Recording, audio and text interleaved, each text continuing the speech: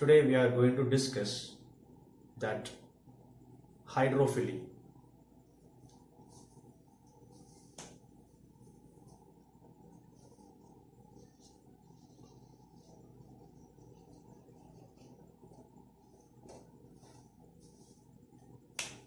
Hydrophily, the meaning: pollination through water.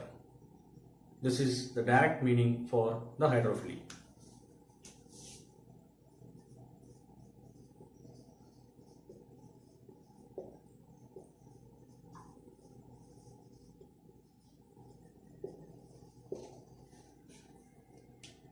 So, the flowers which are adapted for the hydrophily pollination are called hydrophilous flowers.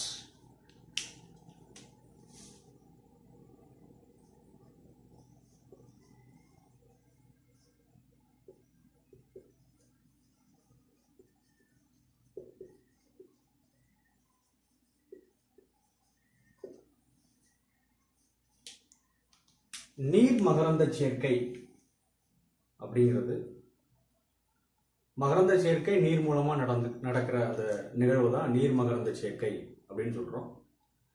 அந்த நீர் மகரந்த சேர்க்கையில ஈடுபடுகின்ற மலர்கள் எல்லாமே நீர் மகரந்த சேர்க்கையுறும் மலர்கள் அப்படின்னு அந்த நேம்ல நாம சொல்றோம்.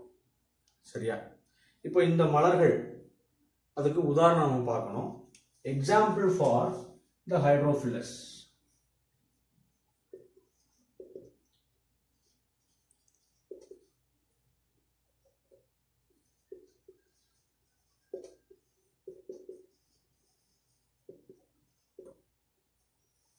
Vallisneria and Hydrilla are the two examples, the suitable example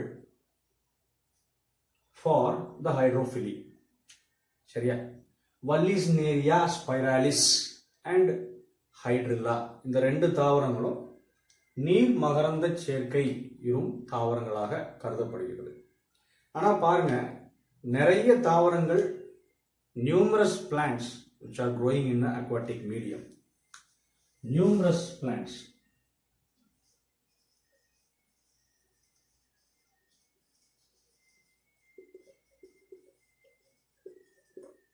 There are so many plants which are growing in the aquatic environment, but only a few plants are undergoing the hydrophily condition or hydrophily pollination.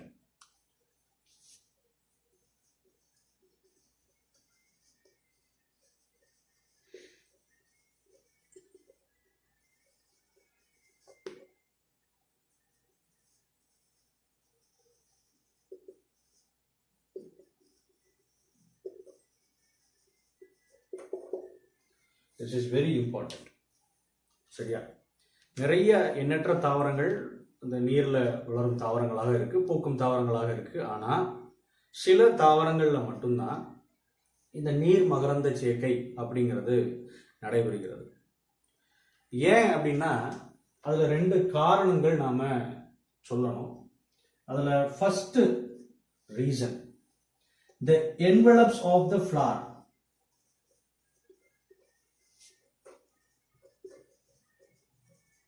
Envelopes, இது வந்து மலரினுடைய உரைகள் அப்படின்னு சொல்றோம். அது பெரும்பாலும் மகரந்த சேர்க்கையில ஈடுபடாது, அதாவது இனப்பெருக்கத்துல ஈடுபடாது. அப்ப அந்த உரைகளினுடைய பேர் நம்ம எப்படி பார்த்திருக்கோம்? அல்லிவட்டம், புள்ளிவட்டம் அப்படின்னு பார்த்திருப்போம். ஆனா இந்த நீர் மகரந்த சேர்க்கையிலும் தாவரங்கள்ல the envelopes of the flower are reduced or absent. சரியா? இல்லாமல் இருக்கலாம், இல்ல அதனுடைய வளர்ச்சி குன்றி காணப்படலாம். சோ இது ஒரு காரணமாக நாம எடுத்துக்கிறோம். ரெண்டாவது இம்பார்ட்டன்ட் ரீசன் என்ன அப்படின்னா, the pollen grains are covered by a mucilaginous substance.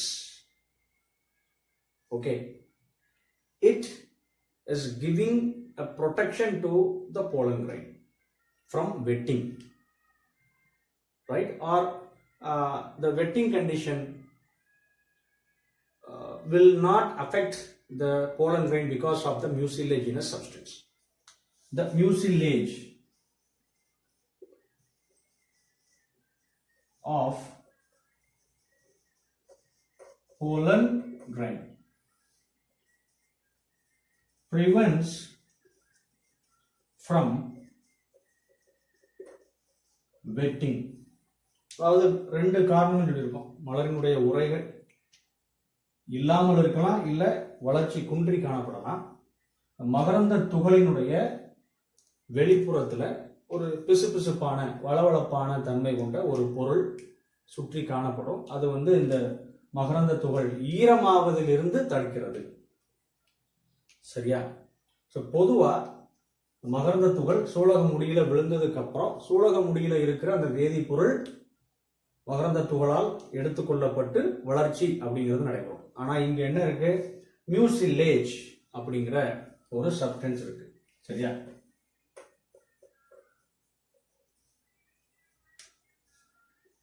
இத விஸ்கஸ் சப்ஸ்டன்ஸ் அப்படின்னு சொல்லலாம். viscous substance on the pollen. இதை இப்படியே நாம சொல்லலாம். சரியா? இந்த ரெண்டு காரணங்கள். சோ இப்போ நாம எல்லா பிளான்ட்ஸ்லயும் நீர்ல இருக்கிற எல்லா பிளான்ட்ஸ்லயும் ஹைட்ரோஃபிலி அப்படிங்கிறது நடக்காதுன்னு சொன்னோம்.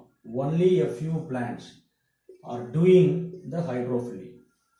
அப்போ வேற முறையில மகரந்த சேர்க்கை நடைபெறுகின்ற தாவரங்களுக்கு நாம உதாரணம் சொல்லணும். சோ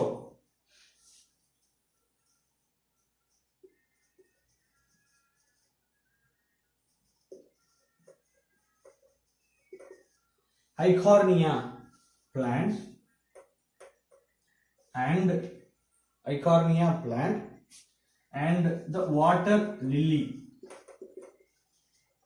நீர் அல்லி மற்றும் ஐகார்னியா, இந்த ரெண்டு பிளான்ட்ஸ்ல என்ன முறையில மகரந்த சேர்க்கை the pollination அப்படிங்கிறது நடக்கும்னா, maybe with the help of wind or with the help of the insects.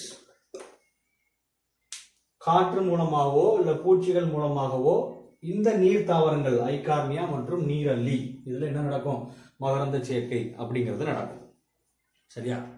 So the plants like Eichhornia and the water lily are adapted for the pollination only by the wind or the insects. இப்போ இந்த hydrophily அப்படிங்கிறது ரெண்டு type இருக்கு. There are two types in the hydrophily.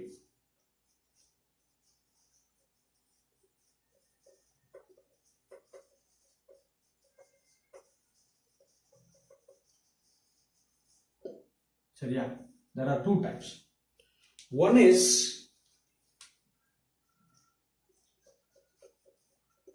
epihydrophily and the another one is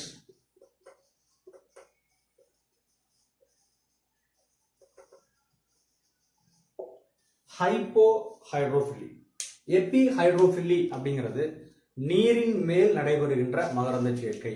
ஹைப்போஃபிலி அப்படிங்கிறது நீருக்குள் நடைபெறுகின்ற மகரந்த சேர்க்கை. சரியா? இந்த ரெண்டு விஷயம் நமக்கு ரொம்ப இம்பார்ட்டன்ட். ஸோ நான் மறுபடியும் சொல்றேன், ஹைட்ரோஃபிலி அப்படிங்கிறது பாலினேஷன் பை வாட்டர்.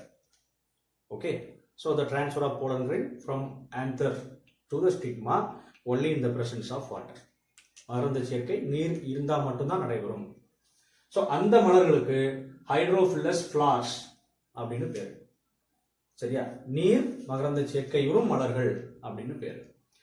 எக்ஸாம்பிள் என்ன? வல்லிஸ்னேரியா, ஹைட்ரில்லா. நீர்ல இருக்கிற எல்லா தாவரங்களையும் நீர் மூலமா மகரந்த சேர்க்கை நடைபெறல. ஏன்னா ரெண்டு ரீசன் நாம சொல்லியிருக்கோம். மலரினுடைய உரைகள் envelopes of the flower may be reduced or absent. The mucilage or viscous substance on the pollen prevents it from wetting. இந்த ரெண்டு காரணங்கள் நாம சொல்லணும். ஸோ எல்லா அக்வாட்டிக் பிளான்ட்ஸ்லையும் ஹைட்ரோஃபிலி அப்படிங்கிறது நடக்கல. அதுக்கும் நாம ரெண்டு எக்ஸாம்பிள் சொல்லியிருக்கோம், Eichhornia and water lily, in which the pollination maybe takes place in the flowers of Eichhornia and water lily only with the help of wind or by the insects. The wind pollination method, it is called anemophily, and the insect pollination method is called entomophily. This hydrophily is of two types: epihydrophily, hypohydrophily. Epihydrophily அப்படிங்கிறது நீருக்கு மேல், நீரினுடைய surface, நீரின் மட்டத்தில் நடைபெறுகின்ற மகரந்த சேர்க்கை. ஹைப்போஹைட்ரோஃபிலி நீருக்கு அடியில் நடைபெறுகின்ற மகரந்த சேர்க்கை. சரியா? இப்போ இந்த டைப்ஸை நாம டிஸ்கஸ் பண்ணலாம்.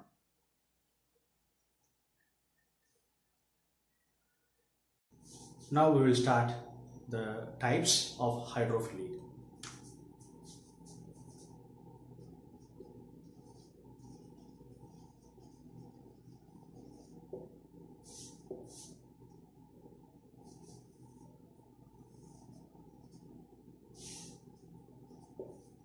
There are two types in the hydrophily. One is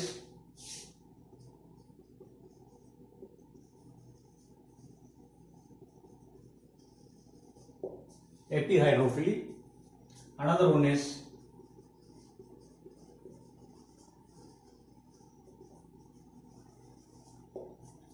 hypohydrophily. Epihydrophily, the pollination occurs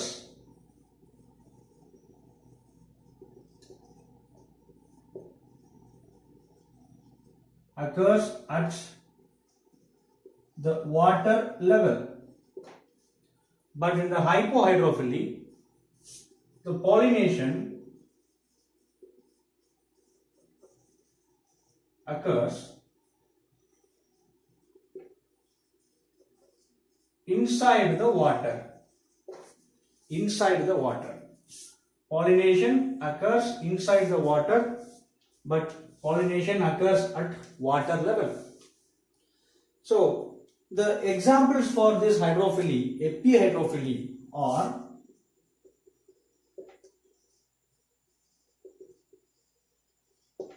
Vallisneria and Elodea. Vallisneria and Elodea. Vallisneria spiralis and Elodea. So அதாவது நீர் மகரந்த சேர்க்கை அப்படிங்கிறது இரண்டு வகை. ஒன்று நீரின் மட்டத்தில், நீரின் மேற்பரப்பில் நடைபெறுகின்ற மகரந்த சேர்க்கை, நீருக்கு உள் நடைபெறுகின்ற மகரந்த சேர்க்கை. நீரில், நீருக்கு உள் அப்படி நாம ரெண்டு வகையா பிரிக்கிறோம். அப்ப அந்த மகரந்த சேர்க்கை எங்க நடக்கு அப்படின்னா நீரில் நடக்கிறது, நீரின் மேல் மட்டத்தில் நடைபெறுகிறது. உதாரணம் என்ன? வல்லிஸ்னேரியா. இப்ப ஹைப்போஹைட்ரோஃபிலி நம்ம இதை முடிச்சுட்டு அதை பார்க்கலாம். சரியா? சோ இப்போ வல்லிஸ்னேரியா அப்படிங்கறத நாம டீடைல்டா பார்க்க போறோம். வல்லிஸ்னேரியா is a rooted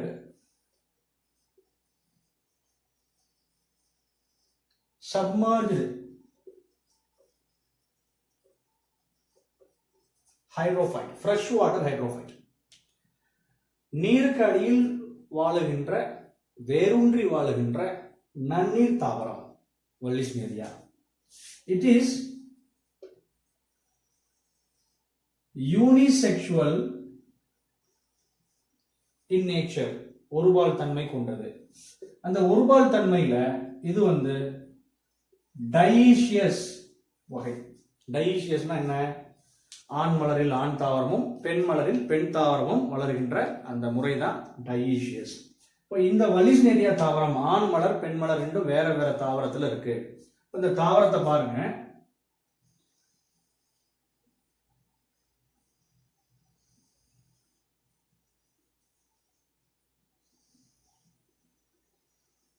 இந்த தாவரம் ரிப்பன் ஷேப்ல அதனுடைய லீஃப் காணப்படுகிறது.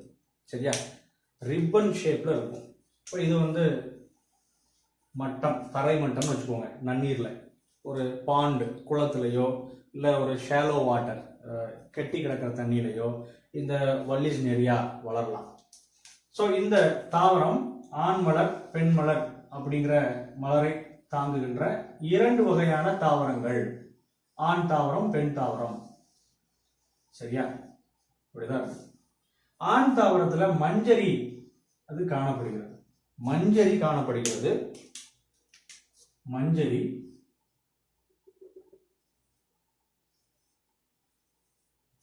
பெண் தாவரத்துல பாத்தீங்கன்னா பெண் மலரை வந்து ஒரு பெரிய காம்பானது நீரின் மேற்பரப்பிற்கு கொண்டு வருகிறது. நீரின் மேற்பரப்பிற்கு. சரியா?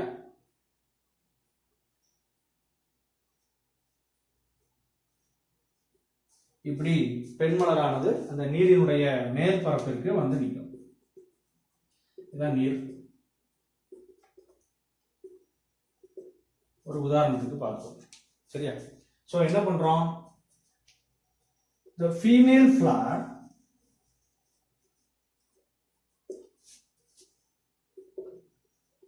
rises up to the water level with the help of long stalk. Okay. When it is coming onto the surface, on the surface நீரினுடைய மட்டத்துக்கு வரும்போது around the flower a cup shaped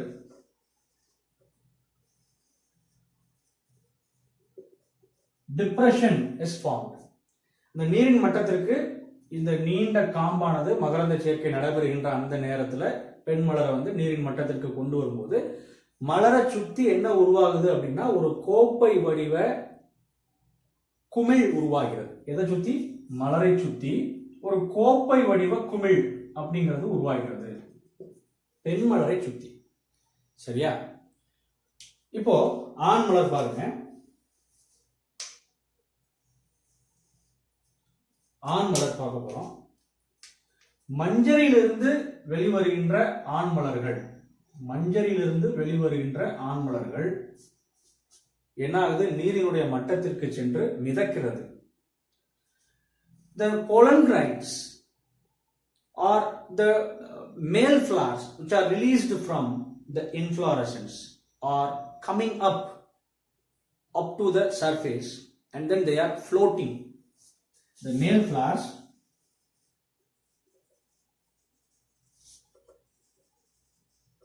released from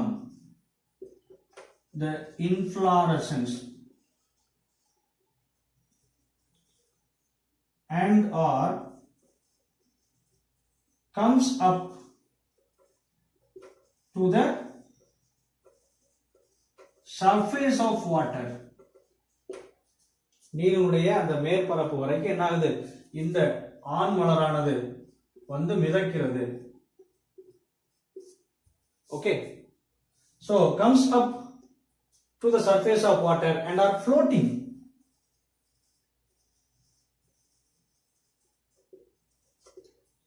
The floatingல இருக்கிற அந்த ஆண் மலரானது என்ன ஆகுதுன்னா இந்த குமிழ் போன்ற கோப்பை வடிவ குமிழ் போன்ற அந்த வட்ட வடிவ அமைப்புல போய் சிக்கிக் கொள்கிறது.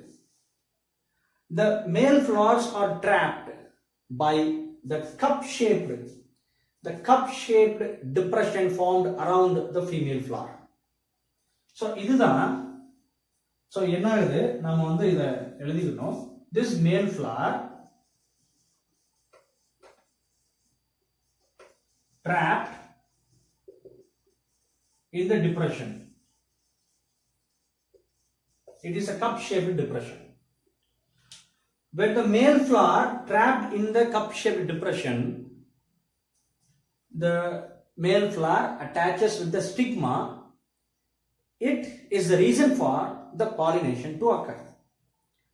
So இந்த ஆண் மலரானது எப்போ அந்த கோப்பை போன்ற குமிழ் வடிவ அந்த பள்ளத்துல போய் சிக்கிக் கொள்கிறதோ அப்போ பெண் மலரினுடைய சூலக முடியில ஒட்டி கொள்கிறது.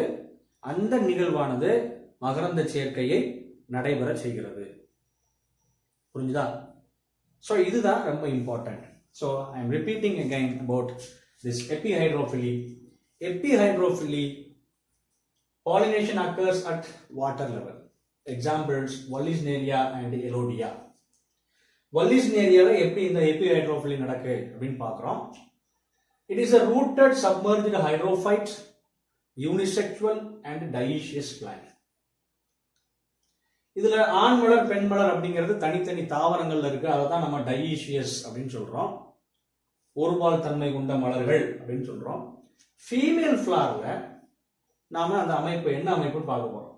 மகரந்த சேர்க்கை நடைபெறுகின்ற அந்த சமயத்துல the female flower which rises up to the surface of the water with the help of a long stalk. பெண் மலரானது பெண் தாவரத்திலிருந்து ஒரு நீண்ட காம்பினுடைய உதவியினால நீரினுடைய பரப்பிற்கு வந்து சேர்கிறது. அங்க நீர் வந்து ஓடுற நீர் இல்லை, அது வந்து நம்ம ஒரு குளம் தான் உதாரணமா பார்த்தோம். இந்த பெண் மலரை சுற்றி என்ன ஆகுதுன்னா ஒரு குமிழ் போன்ற பள்ளம் போன்ற ஒரு அமைப்பு உருவாகிறது. சரியா? when the flowers are coming up to the surface of the water, there is a cup-shaped small depression which is formed surrounding to the female flower. இப்போ male flower, the male flowers released from the inflorescence of the male plant. It is also coming up to the surface because it is very light in weight. So அதிக எடை இல்லாதனால என்ன ஆகுது, நீரினுடைய மட்டத்திற்கு வந்து அந்த ஆண் மலரானது மிதக்கிறது. எப்போ இந்த ஆண் மலர் அந்த பெண் மலரை சுத்தி இருக்கிற ஒரு சின்ன பள்ளம் போன்ற குமிழ் போன்ற அமைப்புல போய் சேருதோ அப்போ என்ன ஆகுது, பெண் மலரினுடைய ஸ்டிக்மால போய் சூலக முடியில போய் ஒட்டிக்கிறது. அதுக்கப்புறம் என்ன நடக்கும், பாலினேஷன் அப்படிங்கிறது நடக்கும். இதுதான் வல்லிஸ் நேரியால இருக்கிற பாலினேஷன் மெத்தட். சரியா? இப்போ நாம ஹைப்போஹைட்ரோஃபிலி அதை ஸ்டார்ட் பண்ணுவோம். Now we are going to start the hypohydrophily. ஹைப்போஹைட்ரோஃபிலி அப்படிங்கிறது நீர் மகரந்த சேர்க்கை நீருக்கு அடியில் நடைபெறும் அப்படிங்கிறதுக்கான ஒரு வார்த்தை. So the pollination occurs inside the water. Pollination occurs inside. Okay, so இது வந்து நமக்கு ரொம்ப இம்பார்ட்டன்ட். pollination occurs inside. மகரந்த சேர்க்கை நீருக்கு அடியில் நடைபெறுகிறது. எக்ஸாம்பிள் என்னன்னு கேட்டீங்கன்னா,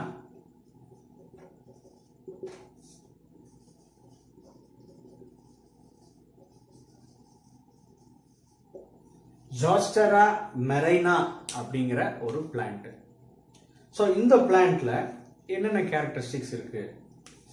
This Zostera marina is a sea grass, கடல் புல் வகை. Grows below the water. That means only under the water surface it grows. சரியா? So in the plantல இருக்கிற flower is a marine seagrass. Okay. The male part, what I mean here, it is the stamen from which the pollen grains are liberated. The pollen grains are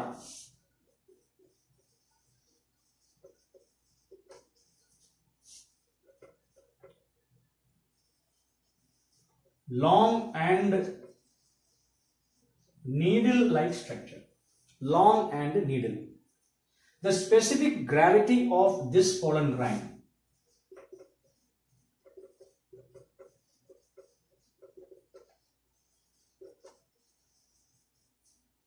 is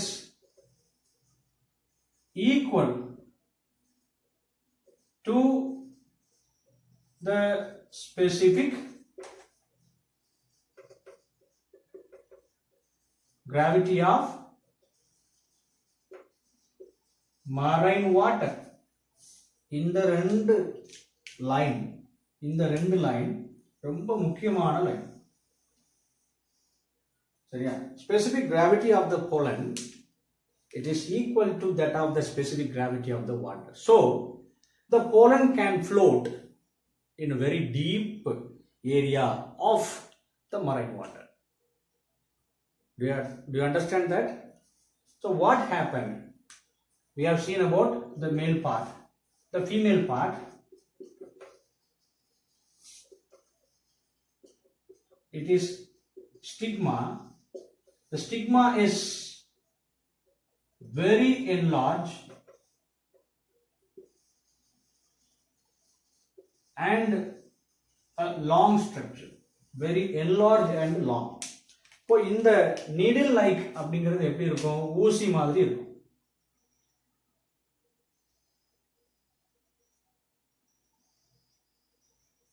இந்த மாதிரி இந்த pollen grain அப்படிங்கிறது form ஆகுது. அதே மாதிரி இங்க நமக்கு stigma அப்படிங்கிறது எப்படி இருக்கு? Stigma is a very enlarged structure and long.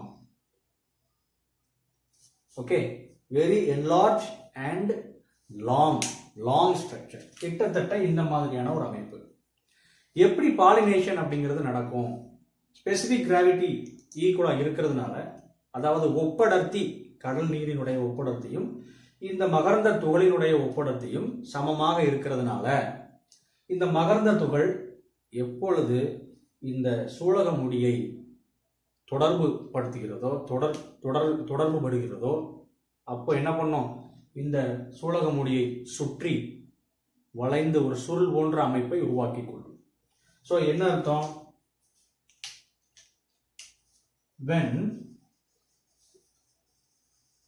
pollen contacts the stigma, it gets attached and சுருள் அப்படிங்கிறது ஃபார்ம் ஆகும். Okay, it coils the stigma. So this is bringing about the coiled condition of the pollen grain on the stigma brings about the pollination. இந்த சூலக முடியை ஒரு சுருள் போன்று சுற்றி கொள்வதனால் அந்த மகரந்த சேர்க்கை அப்படிங்கிறது இங்க நடக்கும். மறுபடியும் நான் சொல்றேன், ஹைப்போஹைட்ரோஃபிலி அப்படிங்கிறது என்ன? நீருக்குள் நடைபெறுகின்ற மகரந்த சேர்க்கை. அதுக்கு உதாரணம் நம்ம பார்க்கறது ஜோஸ்டரா மரைனா. இந்த தாவரம் ஒரு கடல் புல் வகை. கடல் நீர் மட்டத்திலிருந்து அடி பகுதியில் மட்டும்தான் அந்த தாவரத்தினுடைய வளர்ச்சி இருக்கும். grows below the water. The flower in which the male part releases a pollen grain. மகரந்த சேர்க்கை அப்படிங்கிறது நடைபெறதுக்கு மகரந்த துகளானது ஆந்தர் மகரந்த பையிலிருந்து வெளிப்படுகிறது. அது எப்படி இருக்குன்னா, ரொம்ப நீளமா ஊசி போன்று இருக்கும். It is very long and a needle like structure. Its specific gravity is equal to that of the specific gravity of the ocean water. So what happens here? We'll see that the female part stigma, it is very enlarged or very large structure, and they are long also. The long and large structure of the stigma is the reason where the pollen grains are attached. அந்த பருத்து நீண்டு இருக்கின்ற சூலக முடியினுடைய அமைப்பு தான் மகரந்த துகள் அதில் போய் ஒட்டி சுற்றி கொள்வதற்கு, சுருள் போன்ற ஒரு வளையத்தை உருவாக்குவதற்கு காரணமாக இருக்கிறது. அதுதான் இந்த மகரந்த சேர்க்கைக்கு மிக முக்கியமான காரணமாக அமைகிறது. சரியா? ஸோ இப்போ நம்ம ஹைட்ரோஃபிலி அப்படிங்கிறத கம்ப்ளீட் பண்ணியிருக்கிறோம். Hydrophily pollination by water. So அதில் 2 டைப் நம்ம பார்த்துருக்கோம். நீருக்கு மேல், நீரின் மேல் நடக்கிறது, நீருக்குள்ள நடக்கிறது. அதுக்கு வல்லிஸ்னேரியா அப்படிங்கிற ஒரு பிளான்ட்டோட எக்ஸ்பிளனேஷன் வித் டயக்ராமோட பார்த்தோம். அதுக்கப்புறம் நம்ம பார்த்துருக்கிறது ஹைப்போஹைட்ரோஃபிலி. ஹைப்போஹைட்ரோஃபிலிலையும் ஒரு உதாரணம் சாஸ்டரா மரினா. இதுல எப்படி நமக்கு அந்த பாலினேஷன், மகரந்த சேர்க்கையானது முழுமையடைகிறது, ஓகே, பாலினேஷன் எப்படி நடக்கு அப்படின்னு நம்ம பார்த்துருக்கோம். நம்மளோட அடுத்த வீடியோல இன்னொரு கிராஸ் பாலினேஷன் டைப், அதை நாம டிஸ்கஸ் பண்ணலாம். சரியா? Thank you students.